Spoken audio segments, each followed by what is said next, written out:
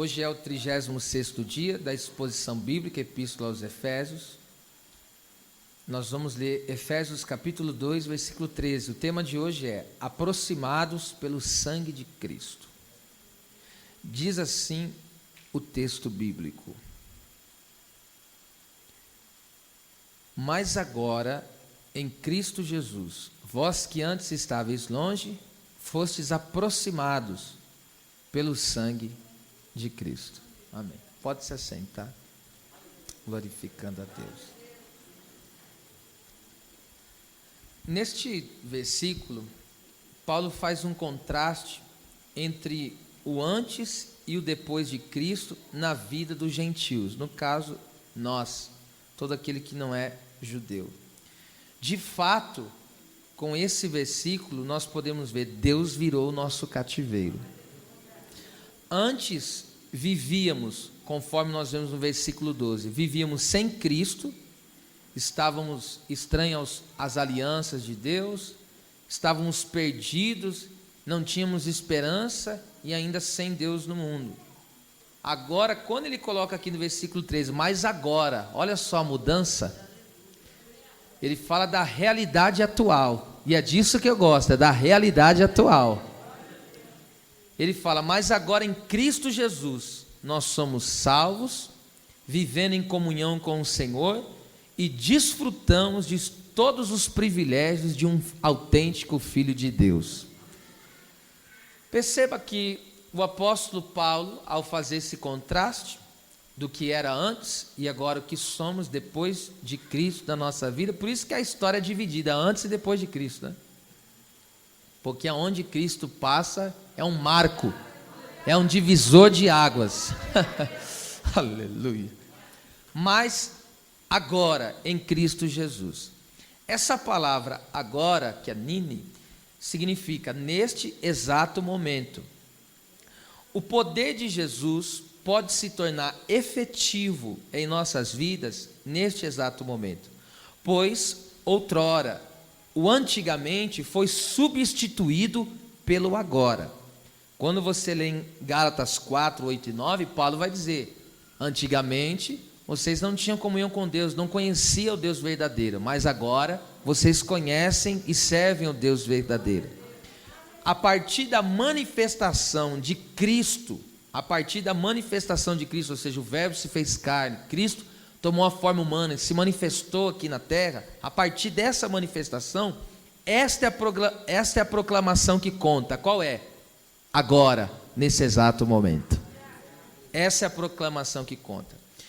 Paulo, quando escreve aos Coríntios, o 2 Coríntios capítulo 6, versículo 2, olha só o que ele vai dizer.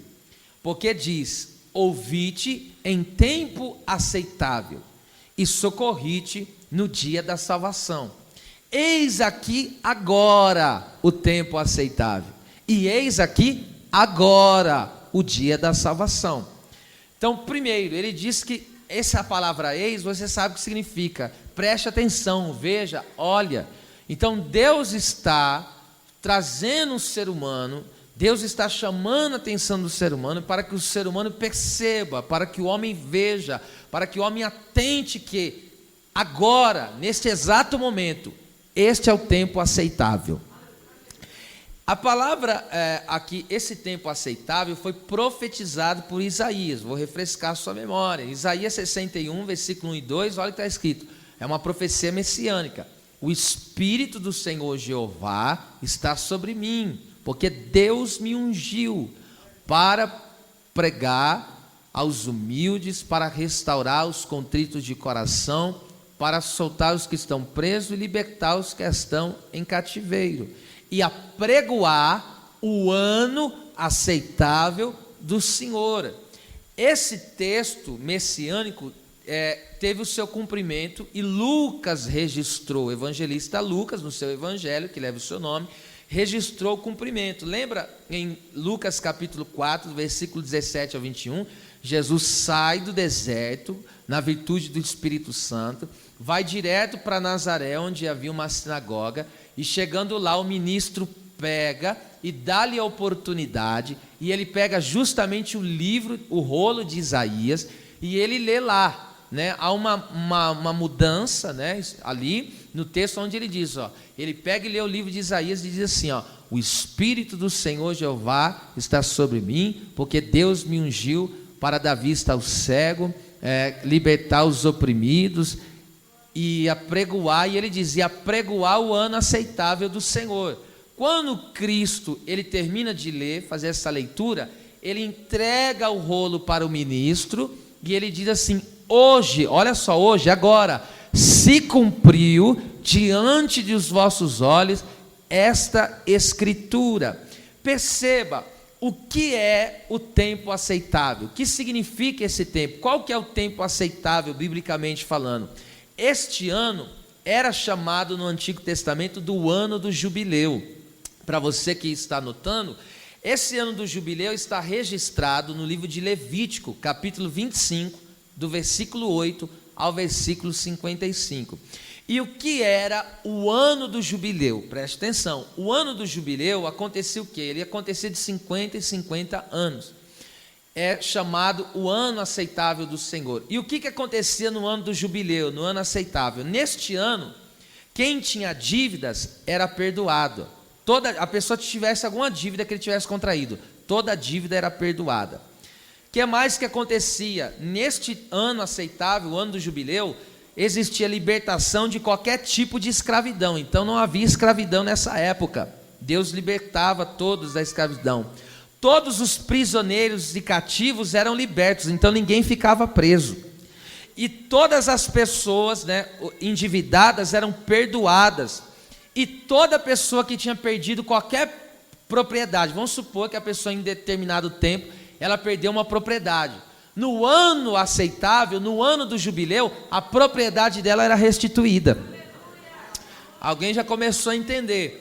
Então preste atenção nisso aqui. Quando Jesus, ele vem dizendo, eu vim pregar, eu vim anunciar o ano aceitável do Senhor, e ele está dizendo, esse ano aceitável é eu que inaugurei ele, é eu que estou trazendo o ano aceitável, é eu que prego o ano do jubileu. Em outras palavras, nós estávamos endividados por causa do pecado, Cristo pagou a nossa dívida, nós éramos escravos do diabo, Jesus nos libertou dessa escravidão do pecado, nós éramos prisioneiros de Satanás, Jesus disse, eu te liberto, sois livres pela minha graça agora. E também nós tínhamos perdido a nossa casa, o céu, Jesus restaurou o nosso lar. Alá para cala para xanda candarápia. Então o dia é muito lindo isso. Então Jesus veio trazer o ano aceitável, o ano do jubileu para nós, tá certo? Então esse dia, esse ano aceitável aí do Senhor, oh que maravilha, o texto está dizendo que esse dia qual que é? Vai chegar? Não, esse tempo já foi estabelecido, é agora, nesse exato momento. Eis aqui agora, o tempo aceitável do Senhor. Então quando Cristo se manifestou, Deus estava dizendo, aí está o meu filho, aí está o Filho de Deus, aí está o Messias, aí está o ungido, que veio libertar os perdoar os endividados, veio restaurar, enfim, conforme já disse, ele veio apregoar o ano aceitável. Agora perceba que ainda em 2 Coríntios 6:2, a parte B, vai dizer que eis aqui agora, presta atenção, o dia da salvação, preste atenção, ele não está dizendo, eis aqui agora um dia, ele está dizendo, artigo definido, eis aqui agora o dia. Depois que Cristo desceu na terra, cada dia não é mais um dia. Presta atenção, quando Jesus se manifesta na vida de uma pessoa, quando essa pessoa se entrega a Cristo, você não passa a viver mais um dia. Cada dia para você é diferente. Você fala, hoje é o dia. Não é um dia qualquer, não é mais um dia, porque tem pessoa que está aí nessa vida e acorda e fala, mais um dia qualquer. Para você que tem Cristo na sua vida, não. Hoje não é um dia, esta quinta-feira é o grande dia. Ah, meu Deus. Isso aqui é violento que eu vou falar agora, presta atenção. Então depois de Cristo, este não é um dia, é o dia. Por isso, não podemos nos calar e nem protelar. O que é protelar? Deixar para depois. Uma pessoa que protela é aquela pessoa que fica deixando para depois. O postergar também é sinônimo, tá? Então, nós, diante dessa realidade, que esse é o tempo aceitável e esse é o dia da salvação, nós temos que entender que nós não podemos nos calar diante disso, tá certo? Porque existem muitas pessoas que estão presas, estão endividadas e estão escravas. Então a gente não pode nos calar. Nós temos que anunciar essa realidade. E tem um texto na Bíblia que vai nos ajudar a compreender, segundo Reis, capítulo 7, versículo 9. Esse texto, só para você saber aqui, vou dar aqui o contexto dele. Israel foi cercado pelo rei da Síria, o Ben-Hadad, e ele cercou Samaria. E quando ele cerca Samaria, ele fica do lado de fora e o povo fica lá do lado de dentro, lá em Samaria. O que aconteceu? Como havia um cerco, ninguém entrava, ninguém saía. Se ninguém entra, ninguém sai. Ou seja, ele só tem um pouco de água lá, ele só tem um pouco de comida. Acabou a comida, acabou a água, não tem o que fazer, vai ter que se render ao inimigo. Então eles começaram a viver uma situação, uma crise muito violenta, de tal maneira que começou a ter até canibalismo, para você ver a que ponto chegou. Aí o texto vai dizer que o profeta Eliseu profetizou, ele falou, ó, amanhã, a essa mesma hora, Deus vai intervir na causa e vai acabar essa crise toda aí. Aí existia 4 leprosos, olha só como que a Bíblia é perfeita, né? 4, por que não 5? Por que a Bíblia fala que só tem 4 leprosos? Por que não fala que tem 5? E por que tem que ser 4? Porque esses 4 aqui fala dos evangelhos. Esses 4 leprosos é o tipo do evangelho e também que fala... Por que 4? Os 4 pontos cardeais, norte, sul, leste e oeste. Deus quer salvar de ponta a ponta. Se o mundo é redondo, por que a gente fala os 4 cantos da terra? Por causa dos pontos cardeais, que representam a sua totalidade. Por isso que é 4 evangelhos. Deus quer manifestar a sua salvação por toda a terra. Agora esses 4 leprosos, por que 4 leprosos? Porque fala da deficiência do homem. Então, o homem que estava em deficiência foi alcançado pelo evangelho de Jesus, tá? Aí veja só, esses 4 leprosos pegaram e disseram assim, ó, se a gente ficar aqui, vamos morrer. Se formos diante do rei da Síria, vamos morrer de todo jeito. Vamos lá para ver o que vai dar. Quando eles estão indo diante dos assírios, a Bíblia diz, irmão, que os assírios, com cada passo que eles davam, eles ouviam um barulho de um grande exército marchando. Porque Deus interviu ali naquela casa. E aí o inimigo fez o quê? Bateu em retirada, saiu correndo e deixou alimento, deixou mantimento, foi embora. E aí, olha aqui o resumo da história. Aí aqueles 4 leprosos começou a comer, começou a beber, pegou vestes, pegou todos os despojos que tinham ali. E eles pegaram e tinha um povo em crise.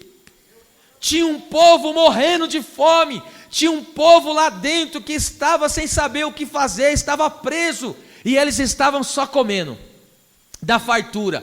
Aí olha o que eles disseram. Então disseram uns para os outros, não fazemos bem, porque este dia é dia do quê? Boas novas. Por isso que a palavra evangelho significa boas novas de salvação. Olha lá, e nos calamos, e se esperarmos até a luz da manhã, ou seja, se deixarmos para amanhã, se a gente protelar esse negócio, algum mal nos sobrevirá, pelo que agora vamos e anunciemos a casa do rei. Então veja só, nós hoje aqui representamos esses 4 leprosos, porque nós somos alcançados pelo evangelho, e hoje nós comemos do pão da vida, nós bebemos da água da vida, e nós estamos se alimentando. Só que tem um mundo aí fora que está morrendo de fome, eles não têm o pão da vida, eles não têm a água da vida que jorra para a vida eterna. E aí o que acontece? Nós estamos aqui se fartando, enquanto tem muita gente morrendo e sendo condenado ao inferno. Por isso que nós não podemos nos calar. Por quê? Aí o que os leprosos falou? Eu não posso deixar para amanhã. Por quê? Porque se eu deixar para amanhã, alguém pode morrer e perder a salvação.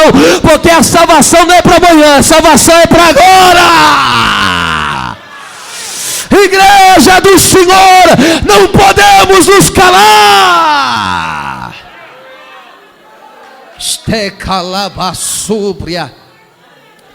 O que eles falaram? Vamos agora, já, porque a salvação é para agora. Escute isso aqui, agora você consegue entender por que Jesus falou para Zaqueu, Lucas 19:9, o que Jesus falou para ele? Hoje, agora, chegou salvação para a tua casa. Você consegue entender? Aleluia! Já pensou se Jesus protelasse e não pregasse para aquele ladrão na cruz que se arrependeu? Ele falou: Senhor, lembra-te de mim quando entrares no paraíso. Já pensou se Jesus falasse para ele: ó, eu vou esperar primeiro, depois que eu ressuscitar eu venho resolver o teu problema? Ele teria morrido e tinha ido direto para o Hades, tinha perdido a salvação. Então Jesus falou o quê? A salvação não é para amanhã. Lavar súbria. Ainda hoje estarás comigo no paraíso. Meu Deus. Agora pega isso aqui, quem entender isso aqui vai glorificar. É por isso que está escrito em Hebreus capítulo 3, versículo 7, está lá escrito assim: portanto, como diz o Espírito Santo, se ouvides hoje, agora, a sua voz, olha lá, não endureçais o vosso coração. A palavra ali, endureçais, significa insensível, teimoso, porque toda a pessoa que endurece o coração, ele se torna insensível, e aí Deus vai falando e ele continua teimando naquele erro, tá certo? Então ele falou: quando você hoje, olha o que ele falou, se você ouviu ontem, ele não fala isso, se você vai ouvir amanhã, o que ele fala? Se você ouvir, porque Deus, ele fala sempre no agora, Deus sempre fala no hoje. Então, se você ouvir hoje a voz do Espírito, não endureça o teu coração. Por que que eu tenho que, então, ouvir hoje? Porque eu estou dizendo, a salvação é para quando? É para hoje, é para agora. Entende esse mistério? A salvação, olha lá, esse é o tempo aceitável, e eis aqui, agora. Este é o dia da salvação. Eu não posso deixar para amanhã, porque tem gente que está deixando para amanhã. Ele fala: amanhã eu me decido, deixa que outro dia eu entrego a minha vida para Jesus. Deixa de ser tonto, o dia é hoje, a salvação é hoje, a obra que Deus tem é agora. É agora. Eu não posso ser duro de coração, insensível à voz do Espírito Santo, porque o ontem já passou, o amanhã eu não sei se vai chegar. Então a oportunidade que eu tenho é hoje, é agora. Lava série, me candarábia. É por isso que eu não posso deixar para orar, mas eu falo: amanhã eu oro. Não, tem que orar agora. É por isso que eu não posso dizer eu vou adorar amanhã. Não, eu tenho que adorar é agora. Não deixa para amanhã o que você tem que fazer agora. Isso não estava na mensagem, mas eu tenho que falar porque encaixa. Um dia Moody foi um dos grandes ganhadores de alma aí nos séculos passados, e ele pregou em um lugar, presta atenção, ele estava pregando a palavra em um lugar, estou contextualizando com o que eu estou pregando, ele estava pregando, e ele pegou e falou assim: ó, eu vou dar alguns dias para vocês se decidirem. Ele não fez o apelo no dia que ele pregou, ele falou: ó, vou dar a oportunidade, eram centenas de pessoas, irmão. Ele falou: vou dar a oportunidade para vocês pensar se vocês querem se entregar a Cristo. Sabe o que aconteceu? Passou os dias, aquele lugar de prédio onde o povo se reunia, teve um incêndio, todas aquelas pessoas morreram. E morreram sem ter se decidido por Cristo.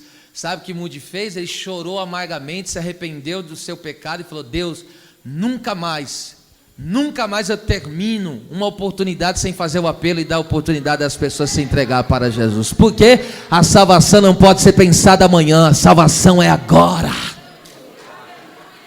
Deus, ele trabalha no agora. Deus é o Deus do agora, tá certo? É assim. Agora veja só, versículo 12, voltando, 13, perdão. Mas agora, em Cristo Jesus, vós que estáveis longe. Oita, então vamos lá, vós que estáveis longe. Essa palavra longe aí significa muito longe, é um algo, né? Não simplesmente longe, é um algo que dá a entender que é muito distante, significa uma grande distância, né? Então, 3 situações de distanciamento de Deus. Existe, biblicamente falando aqui, eu vou falar sobre, 3 situações de distanciamento de Deus. Quais são os 3 casos? Os gentios que estavam distantes, porque não tinham aliança, não tinham pacto, não tinham culto, não tinham a glória, enfim, não tinha circuncisão, não tinha nada disso. Mas, então esse é o primeiro distanciamento, dos gentios. Mas existe o segundo distanciamento, que é o dos judeus religiosos. Porque a Bíblia diz, nem todos que estão em Israel são israelitas. Do mesmo jeito hoje, nem todo mundo que vem no templo é crente. Então o que é religiosidade? É alguém que só cumpre um ritual, mas não vive aquilo que se prega. É alguém que ouve, mas não pratica. Então esse é o segundo distanciamento. Está dentro, mas ao mesmo tempo está distante. Terceiro distanciamento aí, tá certo? É o distanciamento do discípulo desatento. Anota aí, gentios, judeus religiosos e discípulo desatento. Vamos trabalhar isso aqui? Os dois primeiros, os gentios e os judeus religiosos. Isso está bem claro na parábola do filho pródigo e do filho velho, do filho mais velho.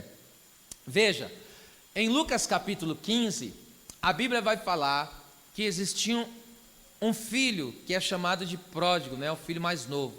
Ele pede para o seu pai, me dá tudo que eu tenho de direito, que eu não quero mais ficar aqui na casa e não quero mais estar na tua presença. Aquele filho pródigo é o retrato da humanidade, ele representa a humanidade. Então toda a humanidade saiu da presença de Deus. Toda a humanidade ao pecar saiu da casa de Deus, porque saiu do Éden, ali era o lugar de culto. Então saiu da casa de Deus e saiu também da sua presença. Só que agora você sabe que o filho mais velho representa os judeus, porque os judeus são aqueles que receberam os mandamentos, receberam a lei de Deus, receberam os pactos, tá certo? Mas muitos desses judeus estavam dentro da religião, dentro do judaísmo, e estavam perdidos, estavam distantes de Deus. Mas vamos lá. O capítulo 15 fala justamente isso, do distanciamento dos gentios, mas também do distanciamento dos judeus. Observe isso aqui. O filho pródigo, quando ele pede o que ele tinha de direito, já falei que representa a humanidade, ele pega e sai, e a Bíblia diz que ele se prostituiu, fez tudo que era errado, né? E aí, quando ninguém dava mais nada por ele, o texto vai dizer que ele, caindo em si, esse é o único lugar que o crente deve cair em si. Essa é a única queda que nós devemos sofrer, cair em si, se enxergar. Por isso que a Bíblia diz que a Santa Ceia é um lugar de autoexame, é cair em si. Ou seja, se enxerga, veja que você é pó, você não é nada não, tá? Agora veja isso aqui. O filho, irmão, isso aqui toca demais. O filho, esse filho pródigo, ele se arrepende dos seus pecados. Ele fala, caindo em si, ele fala, eu vou voltar para a casa do meu pai. Ele sentiu falta, né? Vou voltar para a casa do meu pai e vou dizer, pai, pequei contra o céu perante ti, já não sou digno de ser chamado teu filho, me recebe como um dos seus trabalhadores. E aí está o versículo 20, coloca aí para mim. O versículo 20, e levantando-se, foi para seu pai, arrependido. E quando ainda estava, olha lá, longe, tá vendo? Todos estavam longe, então estava longe, viu o seu pai. Então o pai viu o filho de... Deus não perde ninguém de vista, irmão. A pessoa está lá na beira do abismo, mas Deus está de olho nele. Por que que Deus está de olho? Deus está pronto para resgatar. A partir do momento que se arrepender, Deus vai resgatar. Viu de longe, e olha que é comovente isso aqui. O pai se moveu de íntima compaixão. Essa palavra íntima compaixão é mover, está no original assim, mover as entranhas, é o íntimo do ser humano, né? E é quando fala que ele foi movido de íntima compaixão, olha o que o pai fez. O pai correndo. Por quê? Porque Deus tem pressa de salvar.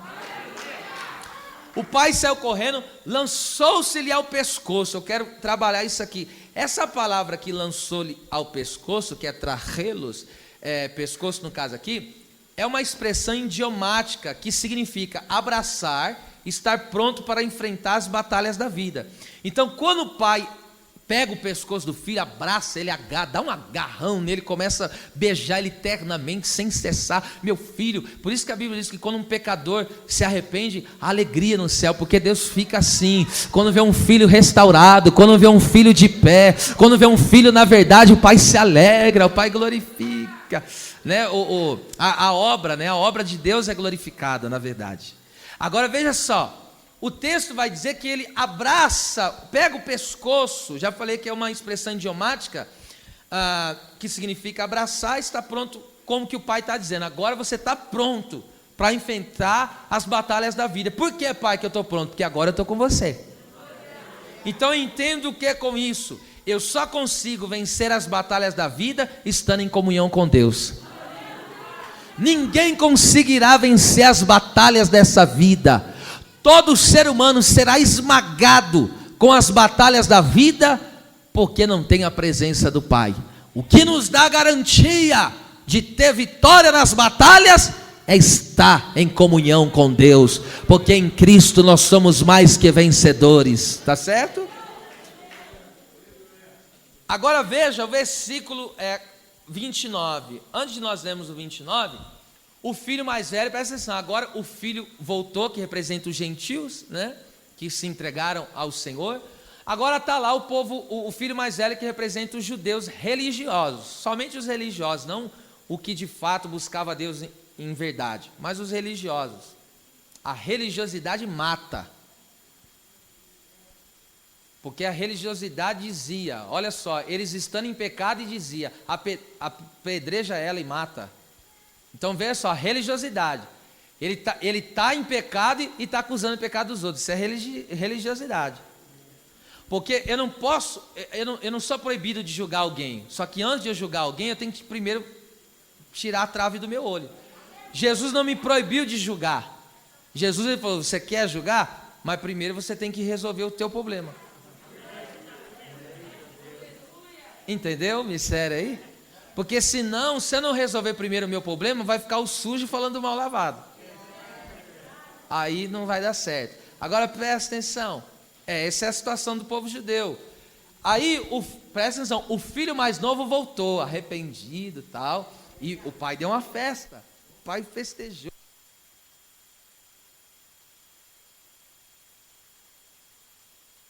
E, aleluia, havia ali uma festa linda que o pai deu. O pai deu uma festa, foi uma festa tremenda.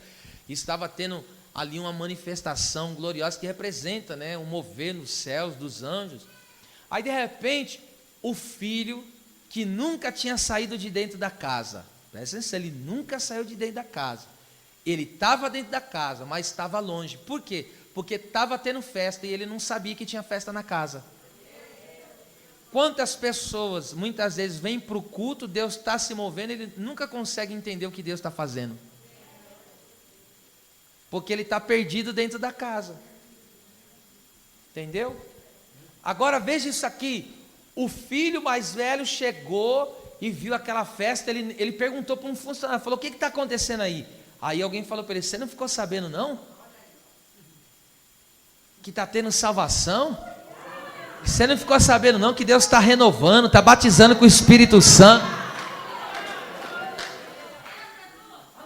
E aí ele estava lá, nossa, na minha vida não acontece nada, minha vida não vai para frente. Estou contextualizando. Agora, olha o que ele falou. Mas respondendo ele, disse ao pai, presta atenção, eis que te sirvo, olha lá, há tantos anos, era velho de casa, sem nunca transgredir o teu mandamento. Veja o que ele fala, nunca transgredi. E nunca me deste um cabrito para me alegrar com meus amigos. Sabe o que esse judeu está dizendo? Ó, eu nunca transgredi. E eu digo, ele transgrediu? Transgrediu, meu irmão. Não tem quem não transgrediu. Só que o que ele está dizendo? Eu nunca transgredi. O que ele está querendo dizer com isso? Eu não preciso de arrependimento. E só há alegria diante de Deus, só há festa, assim por dizer, eu uso essa palavra, quando há arrependimento. Ele não se arrependeu, se não tem arrependimento, não tem salvação. O que ele está falando? Ó, eu guardo todos os teus mandamentos. O que ele está querendo dizer com isso aqui? Ó? Ele está querendo dizer para o pai, oh meu Deus, ele está querendo aqui, ó, eu sou circuncidado. Eu tenho a marca, olha aqui no meu corpo, eu tenho a marca da circuncisão. Quando tem o sacrifício no templo, eu estou aí no sacrifício do templo. Aí Jesus pega e solta essa bomba aqui, ó. Em Mateus 23, 28, Jesus fala: vós fariseus, exteriormente pareceis justos aos homens, mas internamente estáis cheios de hipocrisia e de iniquidade. Então ele dizia ao povo judeu: nós somos verdadeiros, nós somos filhos espirituais, nós somos de Deus. Só que eles não tinham que mudança de vida.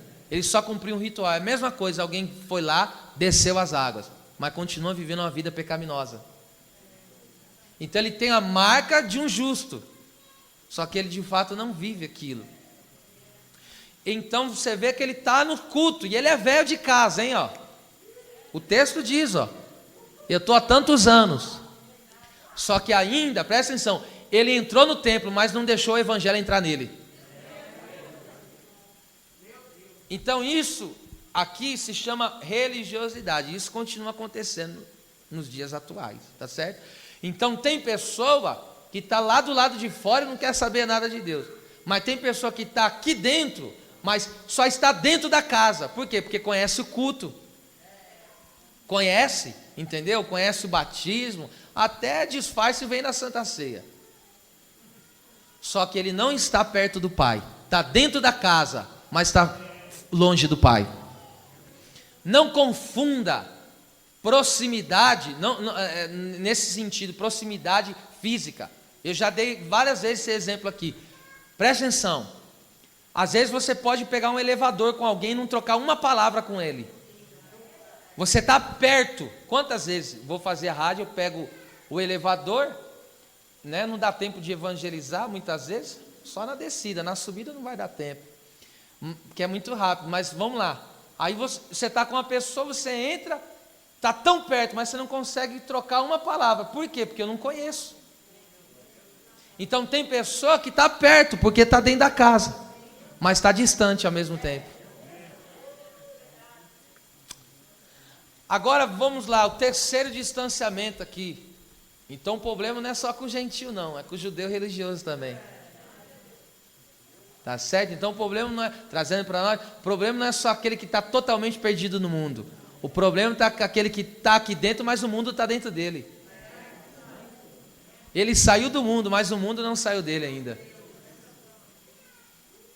Ó Deus transformando aí, ó. Terceiro, o discípulo desatento, ele acaba se distanciando. Vamos ver isso aqui, Lucas 22, 54. Olha lá, estou falando do Pedro, hein? Então, aqui, prenderam Jesus, o texto vai dizer, né?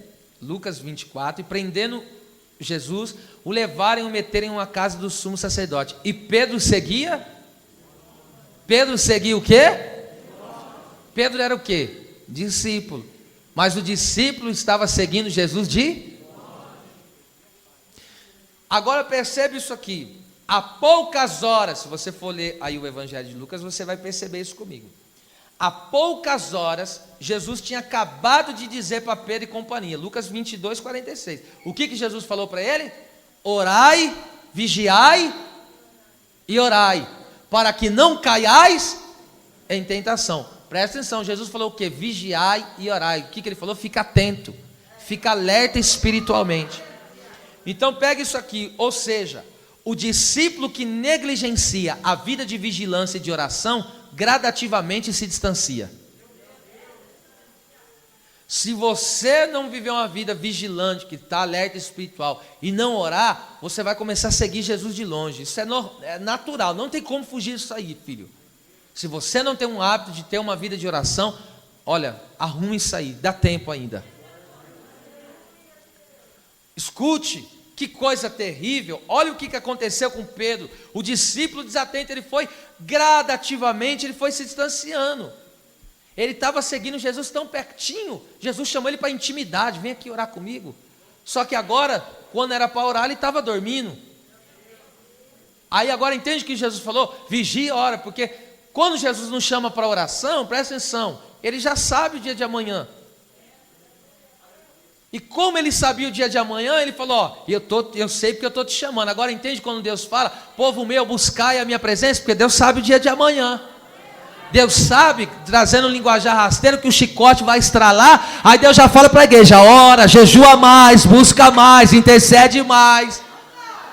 Aí agora entende que tem muita gente que acaba desfalecendo porque não ficou desatento, aí começou a seguir Jesus de longe. E o que é seguir Jesus de longe? Porque agora o Evangelho fala das aflições da vida. Cristo está passando pelo momento de sofrimento. Aí o que Pedro falou? O quê? Vou participar disso nada? Aí Pedro falou, não, isso aí eu não participo não. Participar das bênçãos, das glórias do Evangelho eu quero, mas ser perseguido, falar contra mim, não, isso aí não quero não. Né? Agora pega isso aqui. Oh meu Deus, isso aqui é forte demais. O versículo de número 55, olha o que a Bíblia vai dizer, versículo 55. E havendo acendido fogo no meio do pátio, estando todos, olha lá, todos sentados, assentou-se Pedro entre eles. Sabe que Pedro aqui viveu? Primeiro, Pedro seguiu de longe, que esse seguia andar. Depois Pedro acabou se assentando. Sabe que Pedro viveu aqui? Pedro viveu o Salmo 1. O que está escrito no Salmo 1? Bem-aventurado o varão que não anda segundo o conselho do ímpio, nem se detém no caminho dos pecadores, nem se assenta na roda dos escarnecedores. Pedro andou, se deteu e passou a sentar. Veja, ele não saiu de uma vez, irmão. Foi gradativamente. Começou tomando conselho do ímpio. Depois, já agora não está tomando conselho, agora já está caminhando junto. Agora já não está mais caminhando, agora já está. E sentando na linguagem bíblica, o que a Bíblia diz? Que a igreja perseverava em comunhão no partir do pão. Porque se você sentar com alguém, isso significa dividir uma comunhão com ele. Então agora ele começou a compactuar com aquele povo. Aí o que ele começa a fazer? Começa a negar Jesus. Ele negou Jesus. Tem uma lição muito forte aqui, irmão. Ele nega Jesus 3 vezes. Primeiro uma criada pegou e falou, você é um deles. Ele falou, sou nada. Negou Jesus. Aí depois teve uma outra criada, falou, olha, eu vejo, a tua fala te denuncia. Ele falou, eu não conheço ele coisa nenhuma. Terceira vez um homem chegou e falou, você é um deles, a tua fala te denuncia. Veja, ele andou tão perto de Jesus que já falava como Jesus. Não tem como esconder, filho. A tua fala te denuncia. Ele começou a praguejar e falou, não, eu não conheço. Veja, 59 em diante. Olha isso aí, gente. E passada quase uma hora, um outro afirmava dizendo, também este verdadeiramente estava com ele, pois também é um galileu. E Mateus que fala isso, né, que a fala dele era igual. 60, versículo 61, versículo 60 e 61. Vamos lá, 60, 61 e 62. Veja isso comigo. E Pedro disse, homem, não sei o que dizes. Logo, estando ele ainda a falar, o galo cantou. Guarde isso aí. Primeiro, quando Pedro negou Jesus, primeiro, o galo cantou. Segunda coisa que aconteceu quando Pedro negou Jesus, versículo 61, guarde isso aí. E virando-se o Senhor, olhou para Pedro, e Pedro lembrou-se da palavra do Senhor, como lhe tinha dito, antes que o galo cante, hoje me negará 3 vezes. Então, primeiro, quando Pedro nega Jesus, primeiro, o galo canta. Esse galo canta era um relógio programado, tá? Não era galo, animal. Era um relógio programado, que ele batia de hora em hora, pontualmente. Eu sei que você pensou que era o... Mas não perde o fio não, filho. Presta atenção. Olha aqui.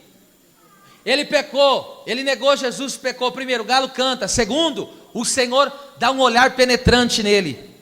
Quando Jesus olhou ele, irmão, terceira coisa que aconteceu, olha lá, e saindo Pedro para fora, chorou amargamente. Então, o galo, Pedro negou, pecou. Primeira coisa, o galo cantou. Segundo, Jesus olhou. Terceiro, ele chorou amargamente. Vamos ver o que isso representa para nós? Após Pedro ter negado Jesus, 3 coisas aconteceram. Já falei. Primeiro, o galo cantou. Por que o galo cantou? A consciência automaticamente acusa. Esse galo representa a consciência. Quando você peca, automaticamente a consciência é pontual. Ela diz, você pecou. Então o galo canta, viu? Ele continua cantando até hoje. Quando a pessoa canta ou não canta? Quando você falou mais do que devia falar, o galo não canta, não? Quando deixou de fazer o que era para fazer, o galo não canta? Canta direto, irmão. E diga glória a Deus pelo galo. Diga aí, glória a Deus pelo galo. Se esse galo não cantasse, nós estava lascado, meu. Deus seja louvado, porque ele ainda está, ó. Que a partir do momento que o galo não cantar mais, a mente já está cauterizada, a consciência. Aí já era. A questão ainda que você tem a oportunidade ainda de ser restaurado é que o galo canta. Porque se o galo não cantar, você vai pecar sem aviso nenhum. Tá certo? Aí a pessoa não vai ter como se arrepender. Segundo, o Senhor olhou para Pedro. Por quê? O que é isso? Quando pecamos, a palavra de Deus nos examina. Ó, olhou. Fica aqui imaginando comigo. Pedro acabou de negar, Jesus vai... Veja a cena. Jesus passa e olha para ele. Quando Jesus passa, aquele olhar de Jesus foi um raio-x. Olhou ele, irmão, Jesus não falou nada, Jesus só olhou. O olhar de Jesus é penetrante. O lavacereberevas. Quantas vezes, aleluia, o crente entra aqui e sabe que pisou na bola, como diz aí o linguajar, mas quando ele entra aqui, Deus faz um exame na palavra, aleluia, mas esse exame que Deus faz, não é para te abater, é para te restaurar, aleluia. Terceiro, chorou amargamente. Esse chorar amargamente aqui, o que é aqui no original é um choro de alguém que está enlutado. Olha só, é assim quando um crente fiel peca, ele se sente como se tivesse alguém morrendo. A pessoa quando não tem a vida com Deus, não é um fiel, ele peca e ele sente alegria, até mesmo. Ele dá risada e como se nada estivesse acontecendo. Agora um verdadeiro crente, quando ele peca, ele fica arrasado. Ainda mais quando o galo canta e Jesus olha firme para ele. Aí sabe o que acontece? Ele chora. E aquele choro, mas sabe qual que é o choro? Que Paulo disse em 2ª carta aos Coríntios 7, 9, 10. Ele diz, esse choro, aleluia, é a tristeza segundo Deus, porque quando o olhar penetrante de Jesus vem através da palavra, o crente fala, é verdade, eu reconheço, eu pequei, eu falei contra o meu Criador, contra o meu Senhor, aí ele chora, e essa tristeza segundo Deus, é que vai gerar o arrependimento para a salvação, aleluia, que lindo, viu? Então, aí ou pode ser dizer assim, esses são os 3 níveis do distanciamento, tá bom? Pode dizer assim também. Não esquece, o gentil, que está fora de tudo, o judeu religioso, que está dentro da casa, mas está longe do pai, e o discípulo desatento. Cuidado, viu, irmão? Nesse tempo de pandemia, cuidado para não distanciar, irmão. Eles tanto falaram de distanciamento, mas distanciamento de Deus não existe não, viu? Vem aqui comigo, para a parte final do versículo. Eita, aqui tem umas lições fortes. Versículo 13, a parte C, diz assim, ó. Vamos na outra versão, RA mesmo. Mas agora em Cristo Jesus, vós que antes estáveis longe, fostes aproximados pelo sangue de Cristo. Vamos trabalhar essas 3 sentenças aqui. Fostes aproximados e sangue de Cristo. Vamos primeiro trabalhar aqui essa questão aí a palavra fostes é fostes feitos, né? Essa palavra no original significa mudar de ser. Mudar, você sabe que ser é um estado, né? Então mudar de ser. O que é um estado? Tem um estado líquido, tem um estado gasoso, tem um estado sólido. Isso é o estado. Então mudar de ser. Entende? Agora, eu acredito que vocês entenderam, mas vamos lá que vai ficar mais claro aqui para alguns. Essa palavra que mudar de ser significa provocar existência, é gerar, é uma obra criativa, referindo-se a pessoas que recebem um novo caráter ou uma nova forma de ser. Ou seja, nós éramos perdidos, hoje qual é o nosso estado? Salvo. Pegou aí? Antes qual que era o nosso estado? Antes nós éramos treva, esse é um estado. Agora qual que é o nosso estado? Luz. Então, quando o texto diz fostes feito, oh meu Deus, que coisa tremenda. Fostes feito, que linda essa palavra, viu, gente? Esse fostes feito, para mim poder explicar isso aqui, eu tenho que falar isso aqui, ó. Em Mateus capítulo 4, versículo 3, quando chegou o tentador, o diabo diante de Jesus, olha o que ele diz. É a mesma palavra fostes aqui, ó. Se tu és o Filho de Deus, transforme ou torne, a mesma coisa, essas pedras em pães. Até o diabo sabe que só Deus pode transformar. Eu vou falar de novo isso aí. Até o inimigo sabe que só Deus pode transformar. Por isso que ele falou, se tu é filho de Deus, porque ele falou, eu não consigo transformar, mas tu é. Agora, oh meu Deus. Agora escute isso. Não tem como uma pedra tornar-se em pão. Não tem como uma pedra. Tenta alguém fazer de uma pedra pão. Não existe possibilidade nenhuma. Somente Deus, em outras palavras, somente Deus pode provocar a existência. Só Deus. Logo, esta transformação é uma obra criativa de Deus. Agora leia comigo essa palavra. Olha o que João Batista vai dizer. Lucas 3:8. Isso aqui é revolucionário. O João Batista estava diante tanto dos gentios como dos gentios dos romanos e como dos judeus, tá certo? Ele estava diante dessa pleia aí.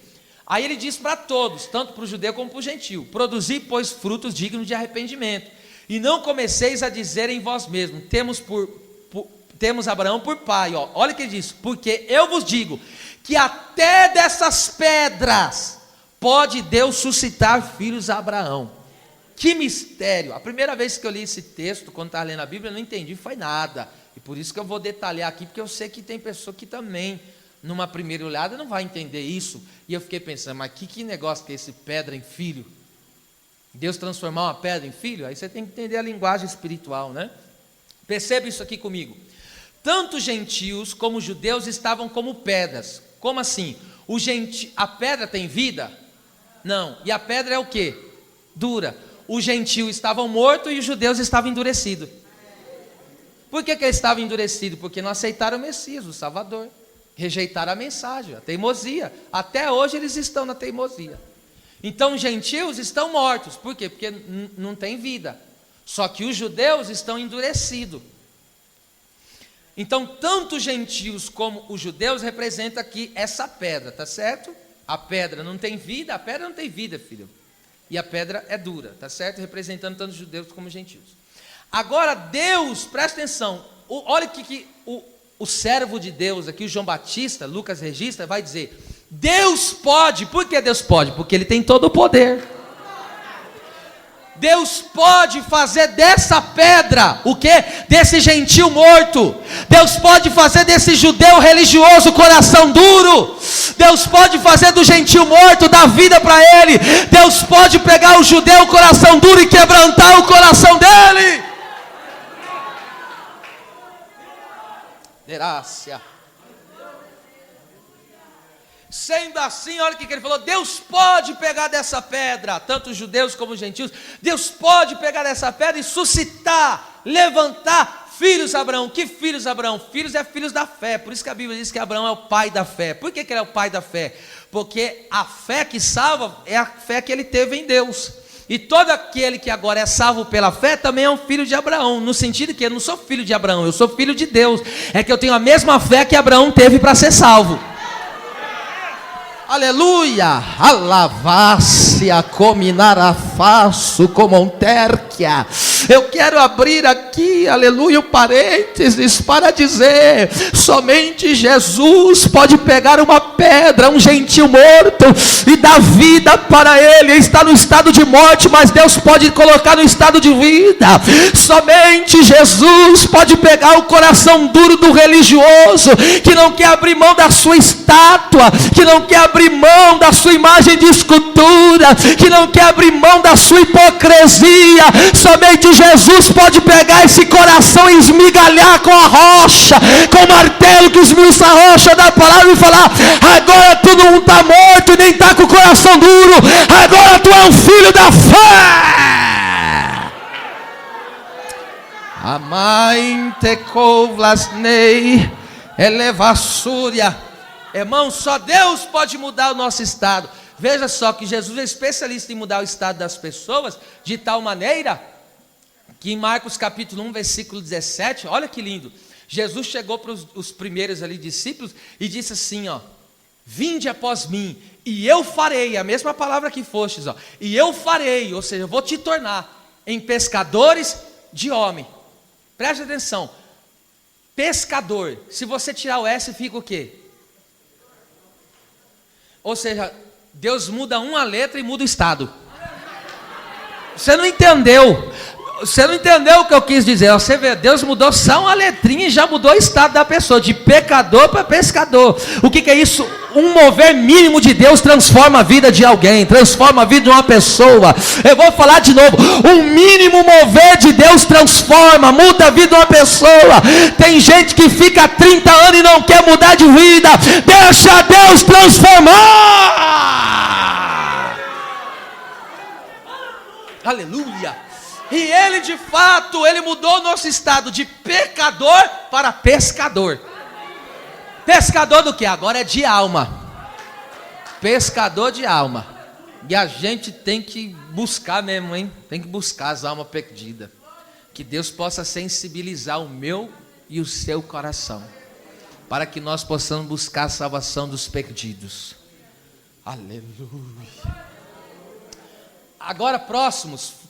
Olha lá, versículo de número 13, a parte C, né? Então fostes feitos próximos. A palavra próximo aí tem um sentido de que aqueles que estão próximos de Deus. Lê comigo essa palavra, Salmo 145, 18, olha que lindo. Perto está o Senhor de todos os que o invocam, olha lá, de todos os que invocam em verdade. Então Deus está perto de todos os que invocam?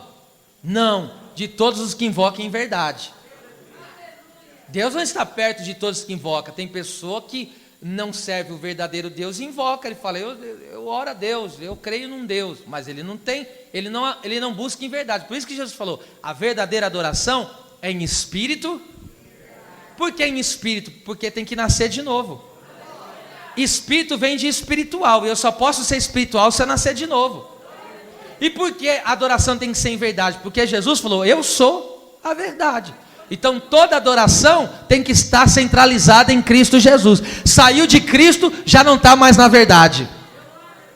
É por isso que, presta atenção, que todo aquele que não substanciar, todo aquele que não edificar a sua vida em Cristo, a sua vida é uma mentira. A vida é uma mentira, porque só ele não tem a verdade simplesmente, ele é a própria verdade. Então se eu não edificar a minha vida no padrão, saiu fora desse padrão aqui absoluto, eu estou na mentira, eu caio na mentira, que é o engano. Agora perceba isso aqui comigo, Jesus é a verdade, então ninguém pode estar perto do Senhor se não estiver em Cristo. Então ninguém pode estar perto do Senhor, do Pai, de Deus, se não for através da obra de Cristo, de ter nos aproximado pelo seu sangue. Olha o que está escrito em Romanos capítulo 10, versículo do 9 ao 13. Vou citar. Olha o que o apóstolo Paulo diz. A saber, se com a sua boca confessares a Jesus Cristo, que Deus o ressuscitou dos mortos, serás salvo. Porque a Bíblia diz que com o coração se crê para a justiça, mas com a boca se faz confissão.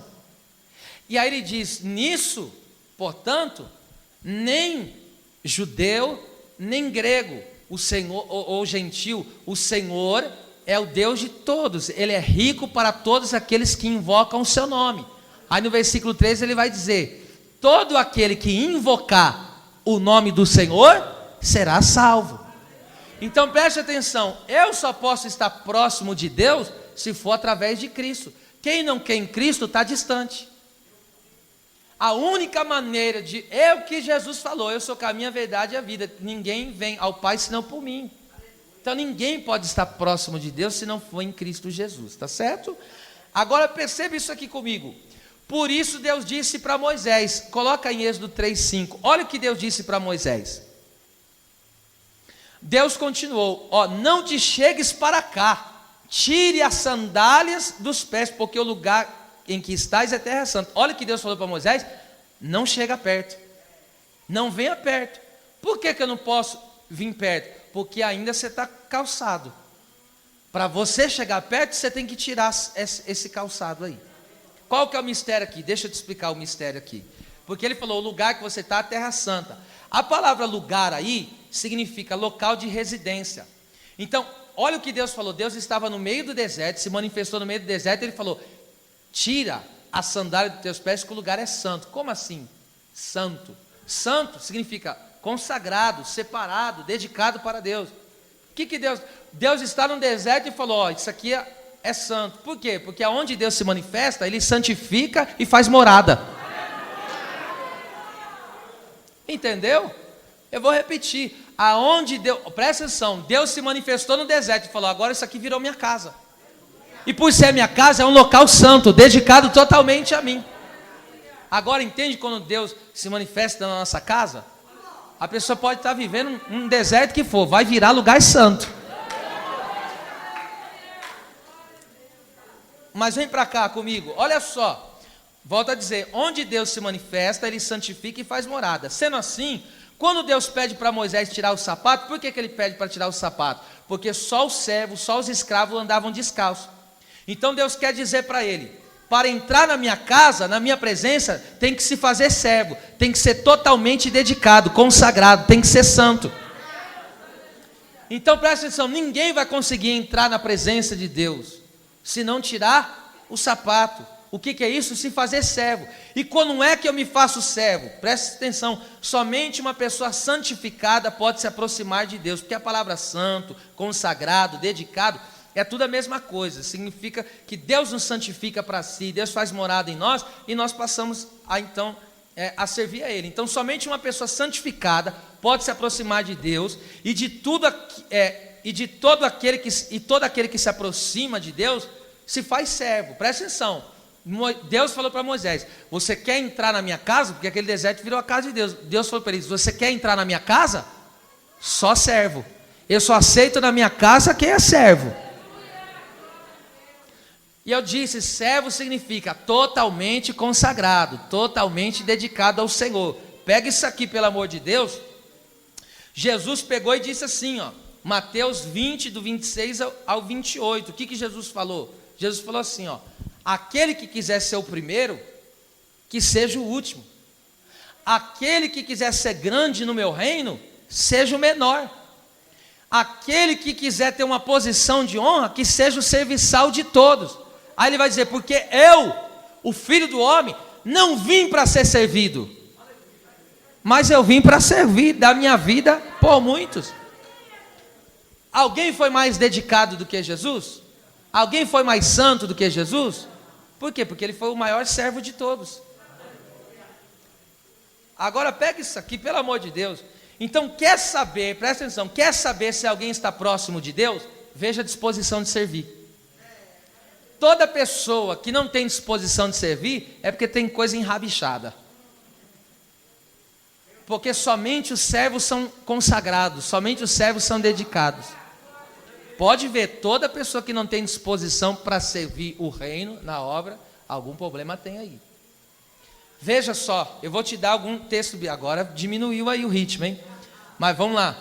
Olha o que Paulo diz na maioria das suas epístolas, ele começa assim, Romanos 1, ele diz, Paulo, servo de Jesus Cristo. A Bíblia diz ainda, Tiago, quando escreve a sua epístola, ele diz, Tiago, servo de Deus. Segunda Pedro, quando Pedro escreve, ele diz assim, Simão Pedro, servo de Jesus Cristo. Judas, ele vai dizer na sua epístola, Judas, servo do Senhor. Coloca aí Apocalipse 1:1, veja só, Deus ele trabalha com os servos. Somente os servos estão próximos de Deus. Quem não tem disposição para servir, porque está longe de Deus há muito tempo. Veja isso aqui, revelação de Jesus Cristo, que Deus lhe deu para mostrar a quem? A revelação Deus deu para mostrar para quem? Para os servos, as coisas que em breve devem acontecer, que Ele enviando por intermédio de quem que ele enviou? Por intermédio de quem?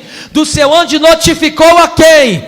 Ao seu servo. Deus usa o servo, Deus trabalha com o servo, Deus revela para o servo, Deus unge o servo, Deus levanta o servo, Deus abençoa.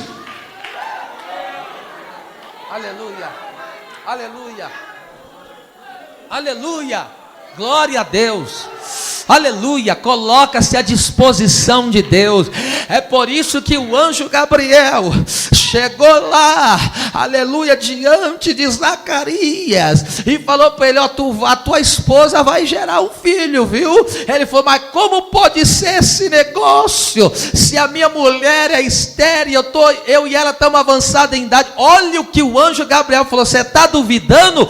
Eu estou ao lado do Senhor, eu presto assistência. O que é prestar assistência? É servir, porque é impossível alguém estar perto de Deus e ficar parado.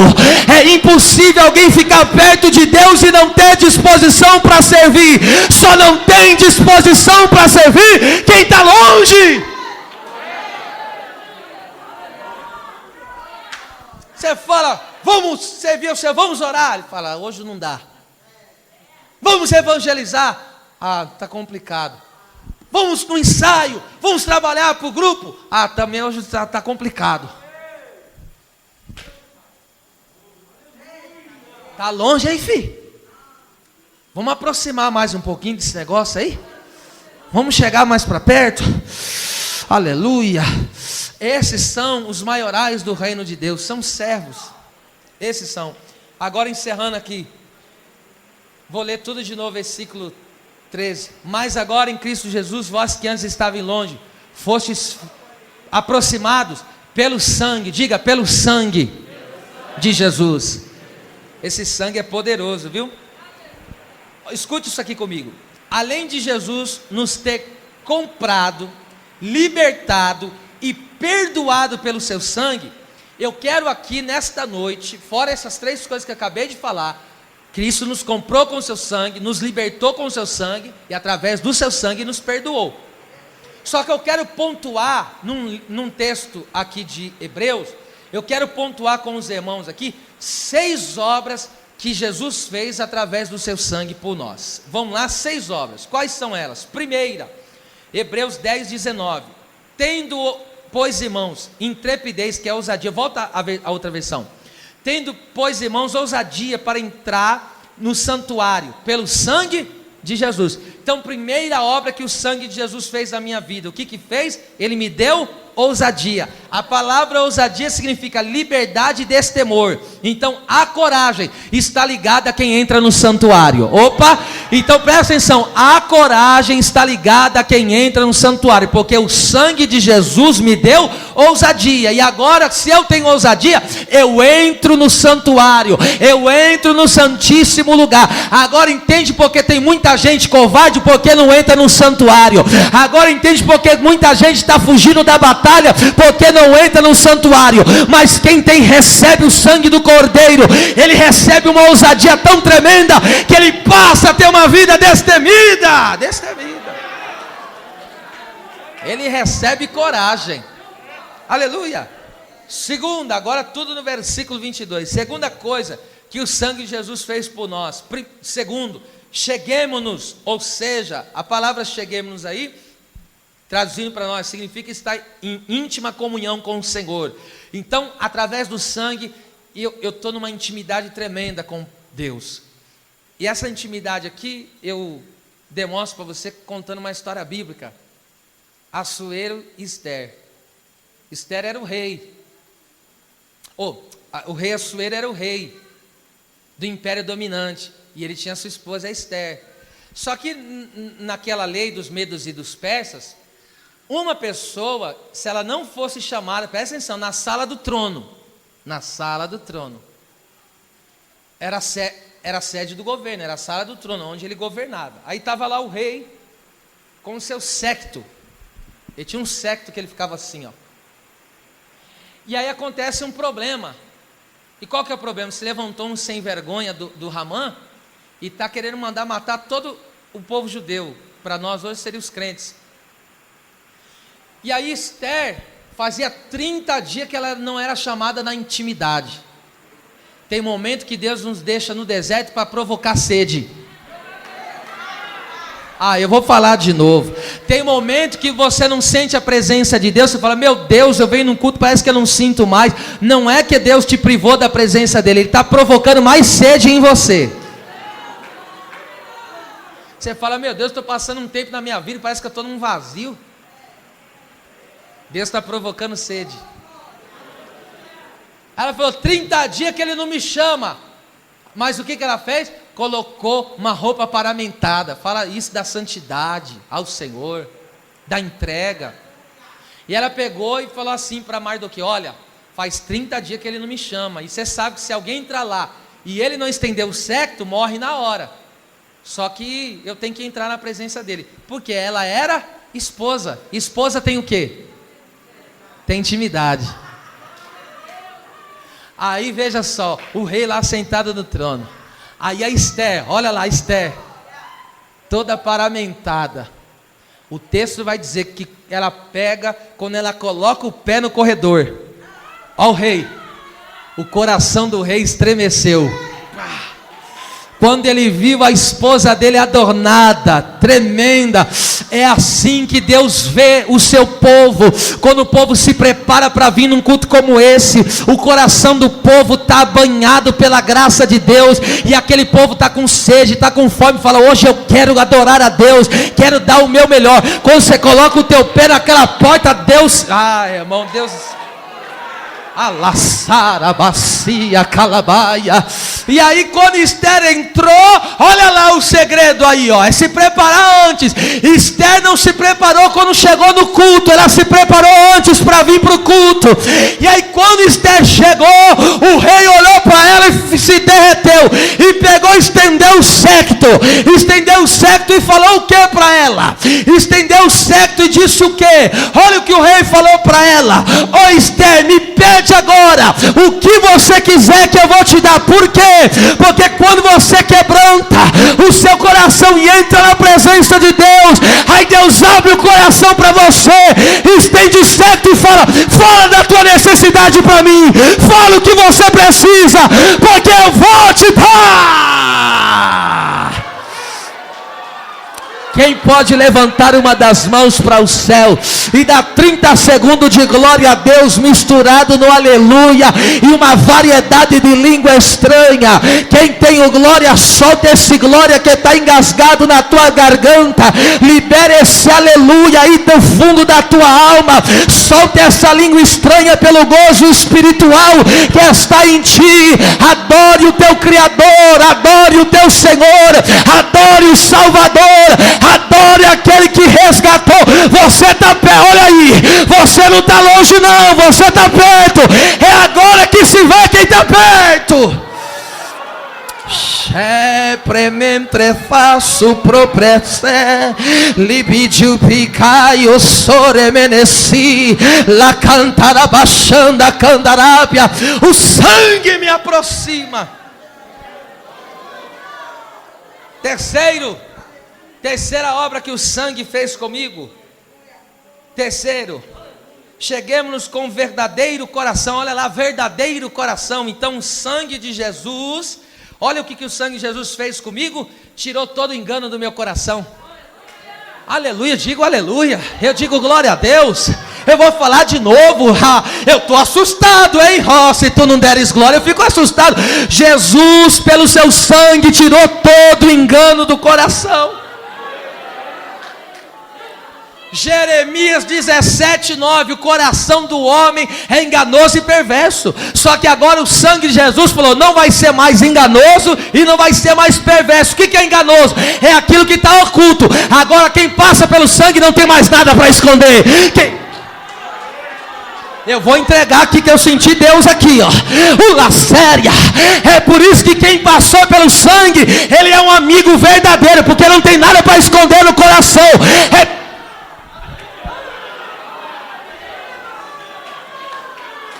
Aí tem gente que quer ter amizade com quem não passou pelo sangue. Aí no coração está cheio de engano e perversidade.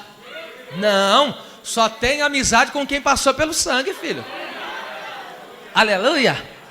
Alábria. Derebassúria. Só quem tem coragem de pôr a mão no coração e diga: esse coração foi purificado. Se é verdade, fala alguma coisa aí, pelo amor de Deus. Aleluia.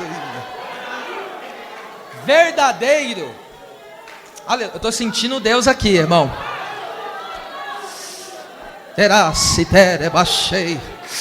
Alavassubra catachere menecantara bassúria.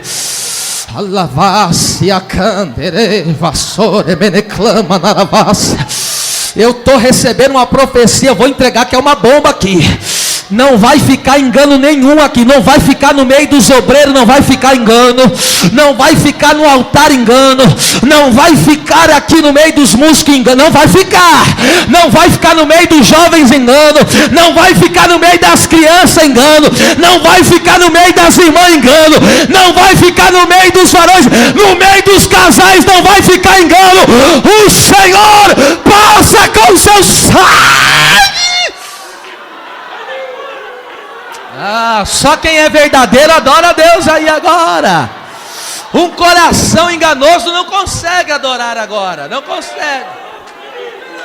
Ei, chaurementre como naravassia, alabacala baracante nequester que alabracai, elebarassia canterebacala bacai. Ah, meu Deus, aleluia. Isso, adora a Deus sem reserva. Adora a Deus sem reserva. Dá lugar, sapateia, pula, grita. Dá lugar para Deus. Nós somos uma igreja pentecostal. Nós somos uma igreja viva. Temos a presença do Espírito. O Espírito aqui tem liberdade. Você não está com a boca amarrada. Você não está preso no pecado. Você não é escravo do Satanás. Você é livre. Então adora, adora, adora. Erabashanda candarabahaya, elebarassia cante nekesterkia, tarabasheria comia.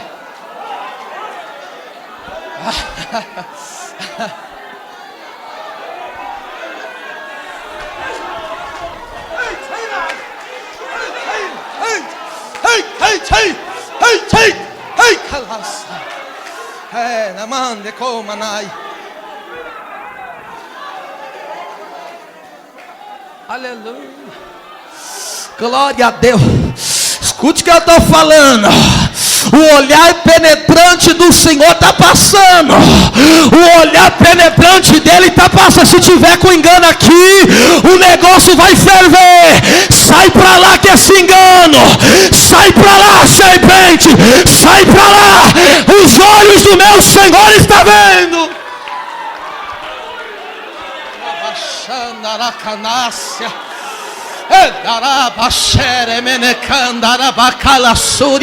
Tu não vai fazer bagunça aqui dentro não, viu? Era baixéria, cana raceia, coma nácia. Aleluia. Fazer não.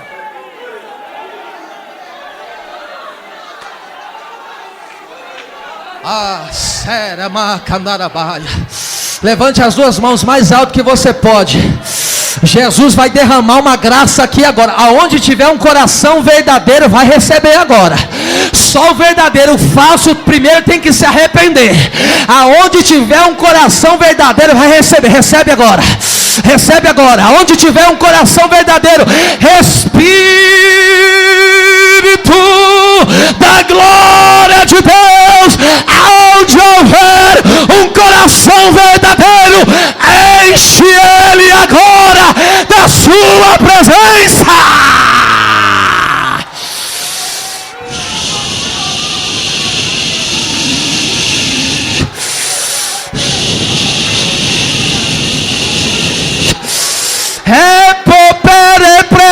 Faço como um terebrequetéria, alabaxanda, calabassubicanterebachei. Meu Deus, olha isso aí, hein? Meu Jesus.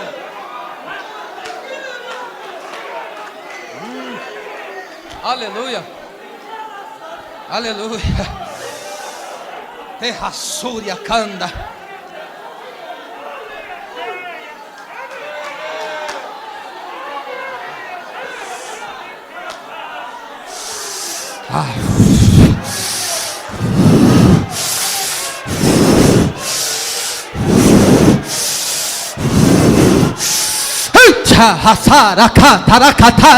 eleba tarabashanda kala barashéria, elebacante, elebashanda, elebacante negesterque promanaia, elebante copla sub terefovia, alacantaia labrasterquia.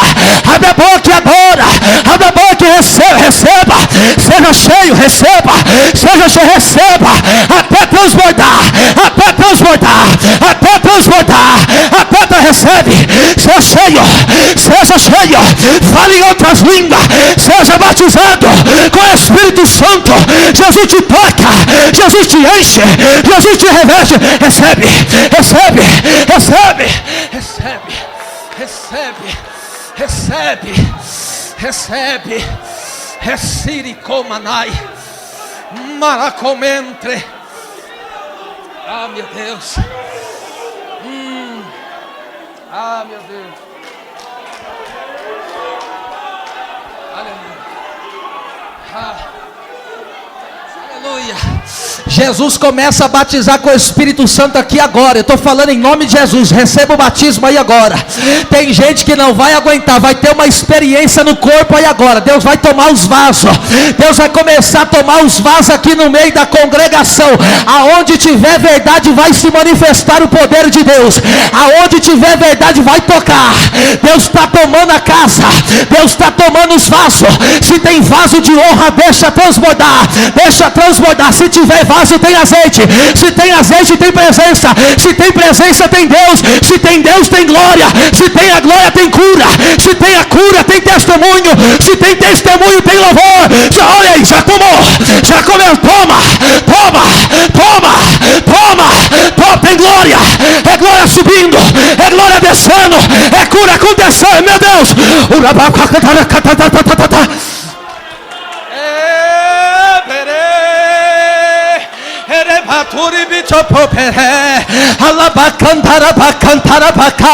Já tem gente recebendo batismo. Fale em outras línguas e não tenha medo. Jesus coloca novas línguas aí agora. Quem crê, quem crê, quem crê, quem crê, falará em novas línguas.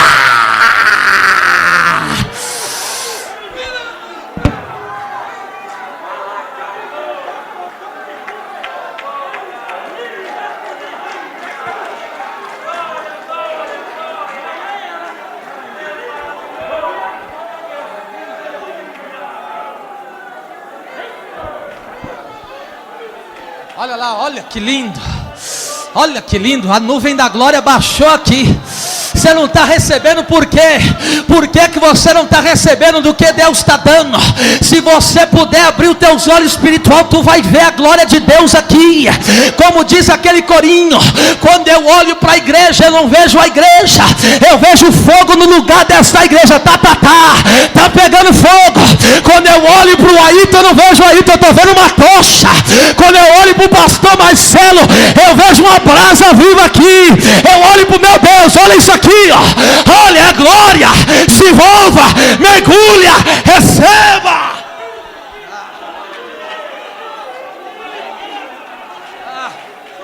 Segura não, segura não, segura não, irmão. Aleluia, segura não.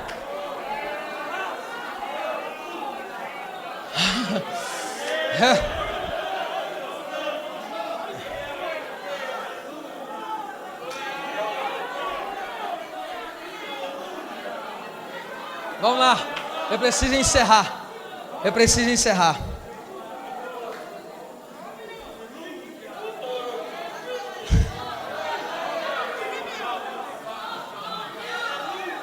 Aleluia. Obrador de derrar.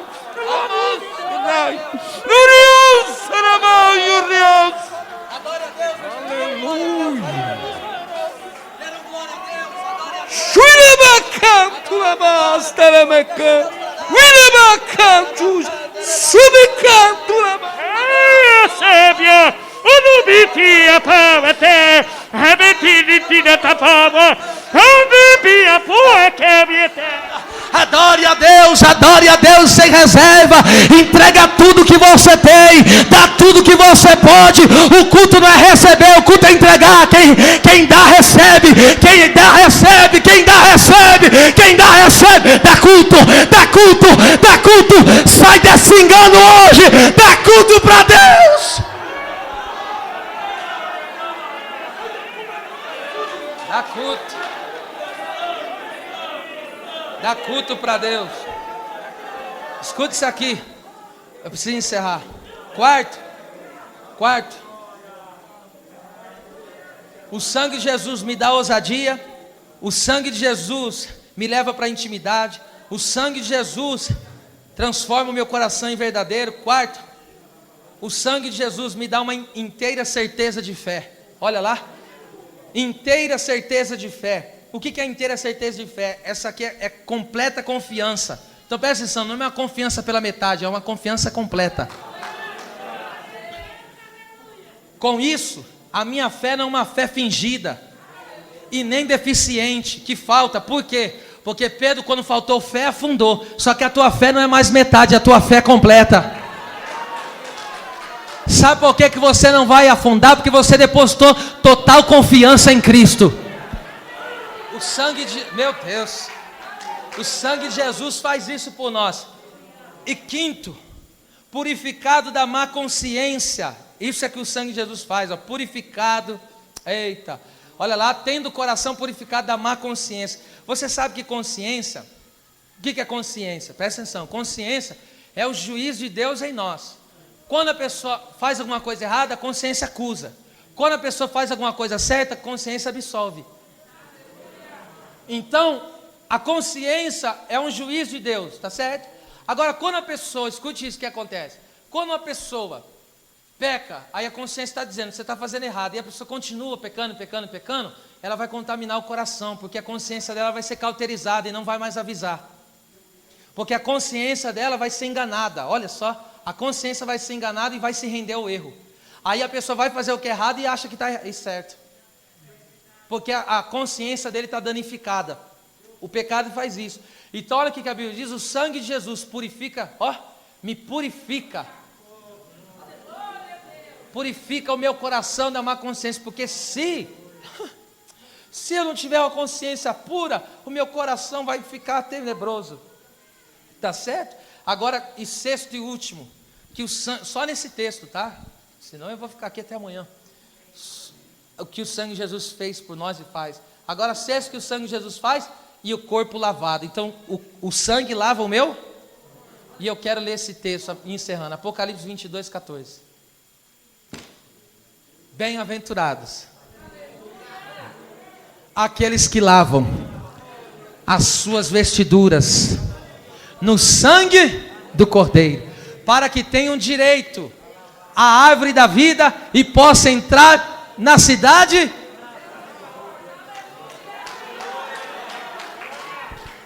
O corpo lavado, ou seja, a minha natureza pecaminosa foi vencida pelo poder do sangue.